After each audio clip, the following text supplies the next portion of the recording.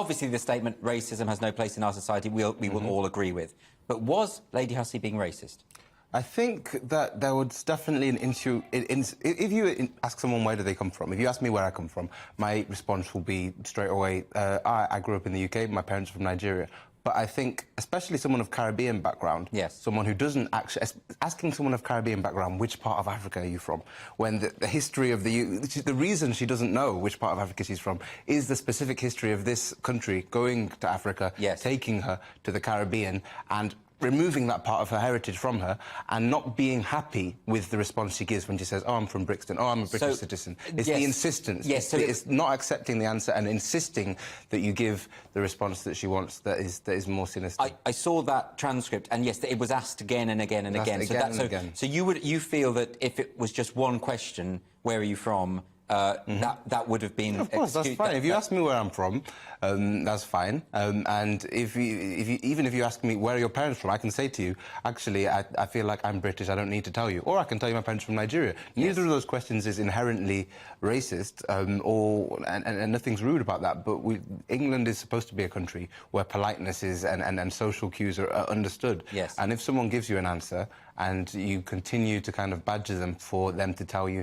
where are your people from? Yes. What's your ethnicity? And then eventually you're like, it's going to be difficult to get you to say what I want you to say. That's what she said. And that was the implication you feel? I think that's what she said. She expressly said, I can tell it's going to be difficult to get you to say where you're from. Rafe, I want to bring you in on that point. So the fact that she said that, I can tell this is going to be difficult, as Femi points out, persistent questioning. Do you appreciate that that could be reasonably interpreted as a racist approach?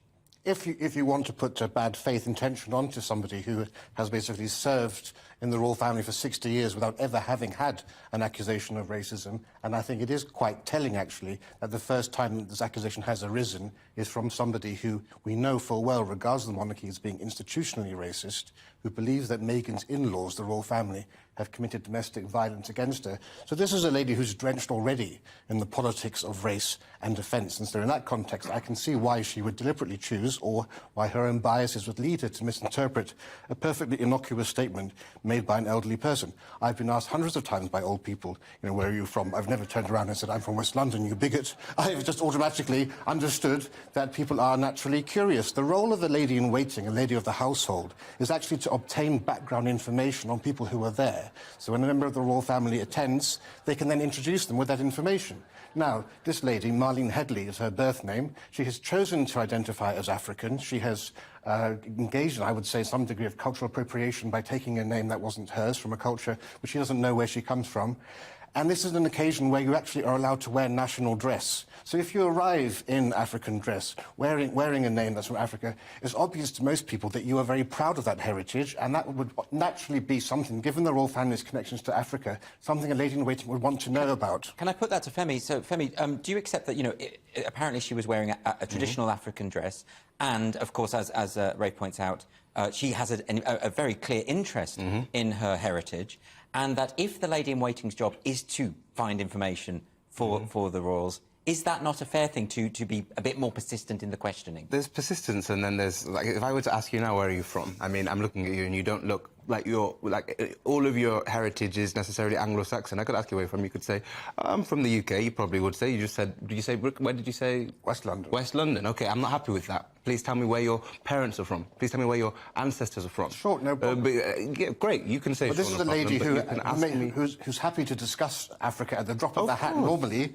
and the one occasion when she's become a little Miss Bashful has been in this one scenario. Well, we don't know. And one has to actually wonder why somebody who actually regards the royal family as being racist and who runs a domestic abuse charity and has accused the royal family of domestic violence, for that. Why would they actually why would she go to Buckingham Palace if she regards this place as so inherently... I mean, there's plenty of receipts. I mean, it's not a stretch of the imagination. I mean, Prince Philip went to Papua New Guinea and asked people, you're happy to have not been eaten... You've not been eaten yet? He asked a load of students. He went to China and he said, if you stay here too long, you'll go back with slitty eyes. He went to Australia and asked people, Aboriginal people, if they're still throwing Spears around. The Queen's mother, her official diarist...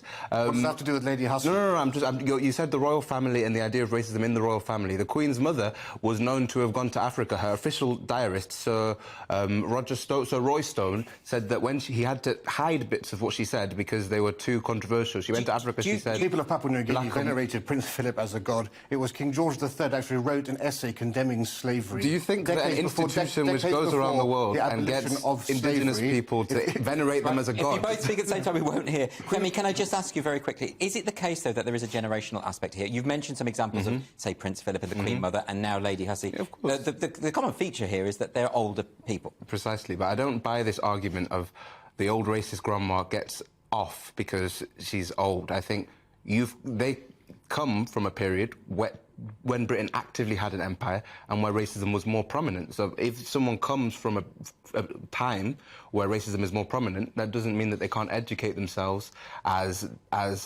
times move on, as times change. Right. And what do you make of that? I mean, how can you call this lady racist? I mean, people are acting as if she's just written the foreword to a new edition of Mein Kampf or something, you know, or that she's the warm-up act for Kanye West. This is a lady who is simply trying to do her job, and I just think it's very interesting that after 60 years, the only person who has called racism here is somebody who regards the royal family as institutionally racist. There's a clear agenda here, and it happens in the very week, at the very moment that the Prince and Princess of Wales are in America, in the very week that we have a Netflix trailer for Harry and Meghan. It's all very convenient and very neat. But do you think the royal family shouldn't have put pressure on her to resign, then? I think, well, I can understand why they did that, because, of course, the political implications were huge. This overshadowed much of the trip to Boston of the Prince and Princess of Wales. Yes. I think it was the wrong decision, but I can fully understand why it was taken. Do you ever worry, though, Femi, that, you know, sometimes with these sort of cancellations and when people feel obliged to resign or pushed to resign, that there's a lack of forgiveness, you know, that people do make mistakes, people do misspeak, and that there should be a bit more tolerance for that? I mean, I'm pretty sure that Ngozi herself said that she didn't feel that that Lady Hussey needed to resign. So no one asked her to resign. So this has come from the royals. This has come from the royal family, but this has come from the royal family, as has just been said, for a reason, because it's within a wider context of a load of other stuff coming out about the royal family. A member of the royal family basically leaving the royal family and saying that a large part of the reason he's leaving is because his wife was suffering racism at the hands of... And we can all deny that and say it didn't happen, but, I mean, if Prince Harry is saying that a member of the central royal family is expressing concerns over the skin colour of his daughter, then that provides an environment in which, when another thing pops up, someone feels like they might have to... Right, we do have to go to a break, but very quickly, final thought to you on this. Meghan's no Rosa Parks. She's more Jussie Smollett than anything else, I would say.